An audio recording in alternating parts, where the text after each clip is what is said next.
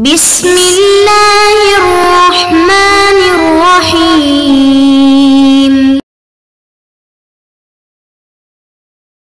بسم اللہ الرحمن الرحیم۔ عزیز طلباء اور طالبات، السلام علیکم ورحمۃ اللہ وبرکاتہ۔ امید ہے کہ آپ خیر وعافیت سے ہوں گے۔ سبق نمبر 25 ہم نے پڑھ لیا اور کتاب ہماری مقاصد چل رہی ہے حصہ چہارم۔ اور اس 25 نمبر سبق کا خلاصہ کچھ یوں ہے کہ ہم نے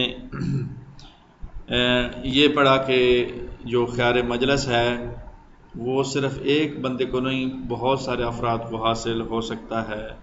اور پھر اس میں کہا کہ اگر ان بہت ساروں میں سے ایک بندہ خیار مجلس استعمال کر دے تو باقی سے ساقط ہو جاتا ہے۔ اور اسی طرح ہم نے پڑھا کہ اگر اجازہ اور فسخ کا آپس میں ایک بندہ اجازت دیتا ہے، ایک بندہ فسخ کرتا ہے معاملے کو، اس کے بارے میں کیا ہوگا، اس کے بارے میں بھی ہم نے پڑھ لیا ہے کہ یہاں معاملہ ایک طرفہ ہے، ایک فرض ہے، جو ایک کر دیتا ہے تو نبھا لیا جاتا ہے، کوئی اپوزٹ معاملہ نہیں آتا، فسخ اور اجازت آپس میں ٹکراتے نہیں ہیں۔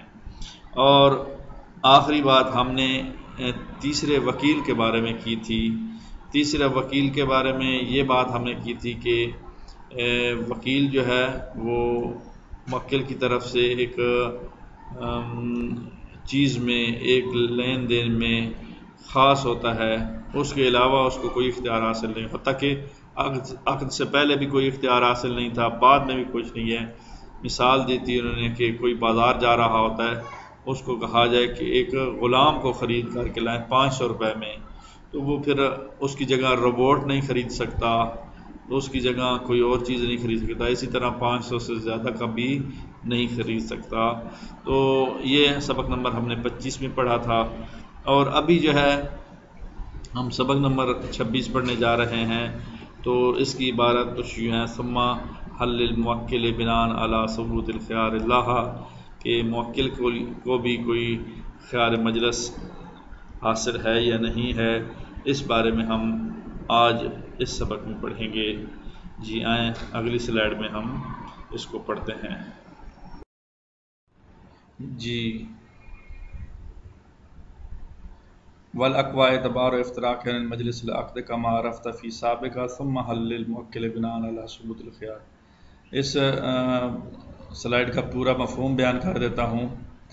یہ والاقوى اعتبار، اوپر والی لائن جو ہے، پہلی لائن، یہ سابقہ اس کے ساتھ ریلیٹڈ ہے، سابقہ سبق کے ساتھ۔ سابقہ سبق میں ہم نے کہا تھا کہ جب بہت سارے لوگوں کو ایک طرف سے خیار مجلس حاصل ہے تو پھر سوال یہ تھا کہ خیار مجلس، خود مجلس جب ختم ہوتی ہے تو خیار ختم ہو جاتا ہے، تو وہ مجلس کے ختم ہونے کا معیار کیا ہے؟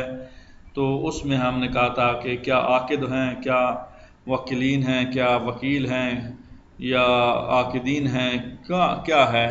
تو خود مجلس میں سارے کلو ہو کا ایک آپشن تھا کہ تمام جو ہے وہ مجلس کو برخاست کر دیں، ختم کر دیں، تو اس وقت جو ہے وہ خیار مجلس ختم ہو جائے گا۔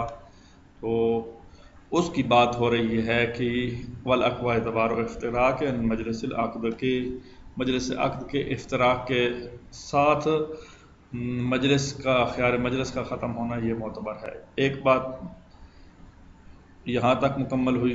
دوسری بات، اس کے علاوہ ایک نیا شق جو ہے، نئی بات کرنے جا رہے ہیں خیار مجلس کے حوالے سے۔ موکل کو خیار مجلس حاصل ہے، دوبارہ میں بول رہا ہوں، موکل کو خیار مجلس حاصل ہے۔ یہ خیار مجلس کیا دوسرے کو بھی شفٹ کر سکتا ہے، تفویض کر سکتا ہے، منتقل کر سکتا ہے، کہ ایک وکیل کو کہے کہ آپ کو خیار مجلس حاصل ہے؟ تو اقویٰ یہ ہے کہ نہیں کر سکتا۔ مثبت انداز میں اس کا ترجمہ کریں تو موکل کسی دوسرے وکیل کو مجلس کا خیار مجلس کا اختیار تفویض نہیں کر سکتا۔ دو باتیں ہو گئیں۔ دلیل یہ ہے کہ جو روایات خیار مجلس کے ثبوت میں ہیں وہ عاقد کے لیے ہیں، نہ کہ اس کے بعد جتنے بھی لاحقہ ہوتے ہیں، ملحقہ ہوتے ہیں، آخر کے بعد جو اس کے ساتھ ملے ہوتے ہیں چیزیں، لوگ، افراد، ان کے لیے نہیں ہیں۔ تیسری بات یہ ہے، ہاں موکل یہ وکیل کو کر سکتا ہے کہ میں فسخ کرتا ہوں، آپ اس کا اعلان کریں، آپ اس کا اظہار کریں، آپ بتائیں، آپ جا کے کہیں، یا معاملہ میں ڈن کرتا ہوں، لازم کرتا ہوں، اور آپ جا کر اسے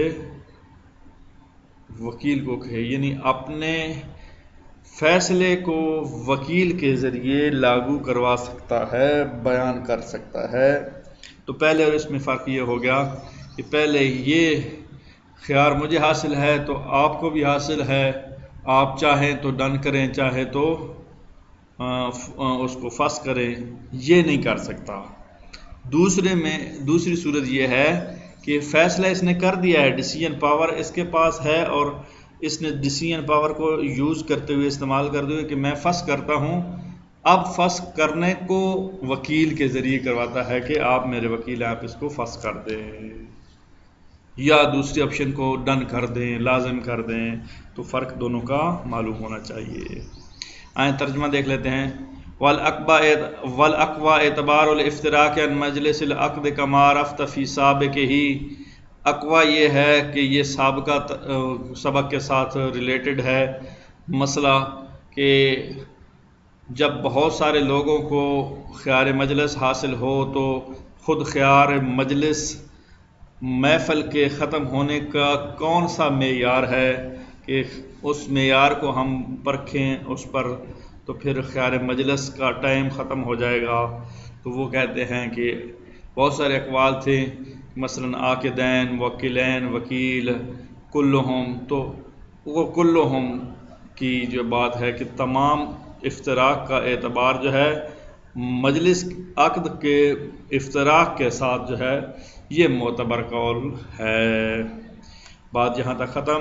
اگلا جملہ، ثم حل للموکل بناء علی ثبوت الخیار له تفویض الامر الی الوکیل، کہہ رہے ہیں کہ کیا موکل کو جو خیار مجلس حاصل ہے وہ تفویض بھی کر سکتا ہے وکیل کو، بحیث یسیر ذا حق الخیار الاقوی، اس حیثیت سے کہ صاحب حق جو ہے وہ اس کو حاصل ہے، یعنی ڈیسیژن پاور تو اس کو ہے۔ اقوا لفظ جو ہے وہ اگلے کے ساتھ اقوا عدم، اقوا یہ ہے کہ موکل وکیل کو تفویض نہیں کر سکتا۔ اس اقوا کی لمبی لائن میں ترجمہ کریں تو موکل خیار مجلس جو اس کو حاصل ہے وہ تفویض وکیل کو نہیں کر سکتا، وکیل کو نہیں دے سکتا۔ العدم سے مراد ہے۔ اچھا، یہ بات ہم نے جب کہی کہ موکل ثبوت خیار مجلس جو ہے وہ وکیل کو نہیں دے سکتا، خیار مجلس نہیں دے سکتا، کیوں؟ دلیل کیا ہے؟ لأن المتيقن من الدلیل ثبوت الخیار للعاقد فی صورت القول بہ عند العقد، کیونکہ متیقن یہ ہے کہ یہ جو خیار مجلس ہے یہ عاقد کے لیے ہے، عقد کے وقت، لا للہ کے لو بعدا، اس کے بعد جو ہے وہ افراد کے لیے نہیں ہے۔ نعم، ہاں، یمکن توکیلہ فی الفسخ او فی مطلق التصرف فسخا او التزام، ہاں ڈیسیژن پاور اس نے استعمال کر دی ہے، فیصلہ کر دیا ہے، لیکن فیصلہ آگے فارورڈ کرنے کے لیے، دوسروں تک پہنچانے کے لیے کہ یا کہ فسخ کریں، اظہار کریں، بیان کریں، یہ وکیل کو کر سکتا ہے، یا الزام کا وہ کہہ سکتا ہے، یا مطلق تصرف فسخ کا وہ کہہ سکتا ہے۔ جی آگے بڑھتے ہیں۔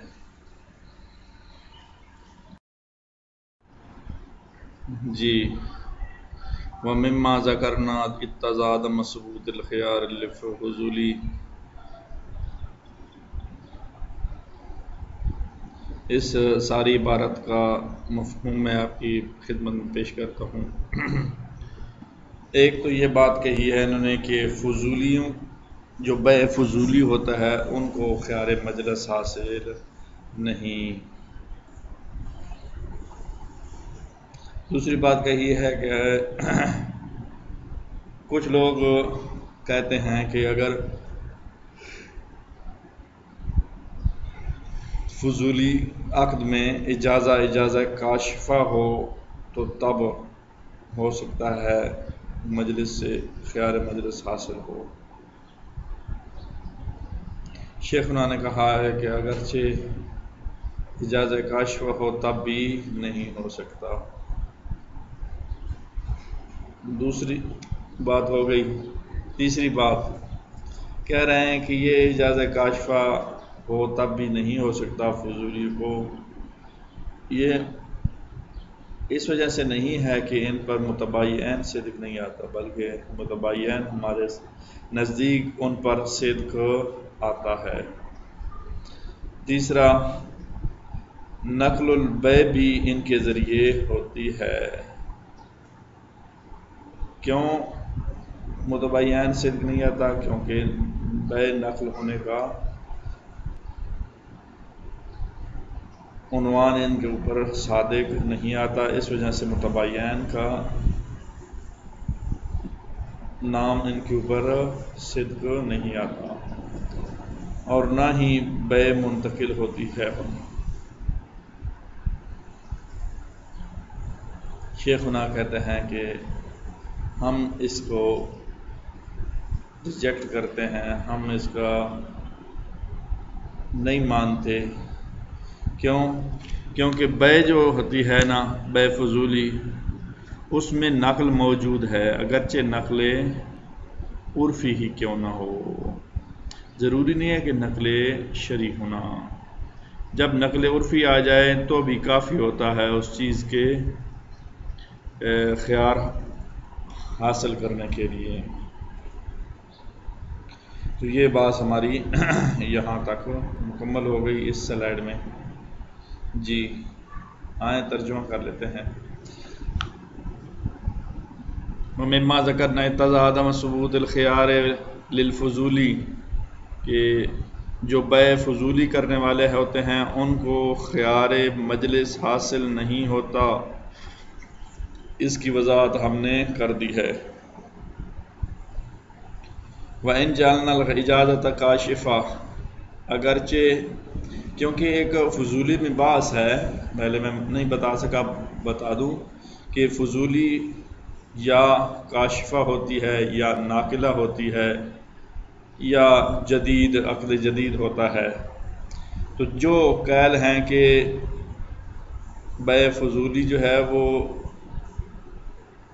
کاشفہ ہے، اس سے اجازہ کشف ہوتا ہے، تو اگرچہ کشف بھی ہوتا ہو تب بھی جو ہے وہ یہ کافی نہیں ہے خیار کو ثابت کرنے کے لیے.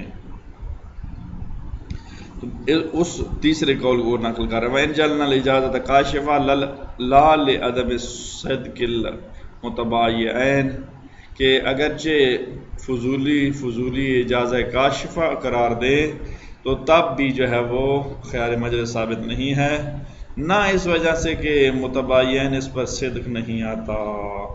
کیونکہ کچھ لوگ کہتے ہیں کہ اس پر بیع فضولی پر متباین صدق نہیں آتا، تو اس چیز کے قائل نہیں ہے. اچھا کیوں پھر خیار حاصل نہیں ہے؟ اس کی وجہ کہہ رہے ہیں لأن البیع النقل، کیونکہ بیع کے ذریعے جو ہے وہ نقل ہونا چاہیے، ولا نقل ہونا، اور یہاں جو ہے نقل نہیں ہوتا، اس وجہ سے خیار مجلس حاصل نہیں ہے. کما قیل للاندفاعی، جیسا کہ شیخ انصاری رحمۃ اللہ علیہ نے بیان فرمایا ہے کہ ان البیع النقل العرفی وہو موجود ہونا، کہ بیع یہاں ہے اور بیع نقل بھی ہے، اور نقل عرفی ہے، لہذا اس کو ہم اس سے تعبیر کریں گے کہ یہاں بے ہے، جب بے ہے تو ان کو خیار مجلس حاصل ہے۔ آج کے لیے اتنا ہی کافی، انشاءاللہ اگلا سبق اگلی عبارت کے ساتھ۔ اللہ نگہبان، خدا حافظ۔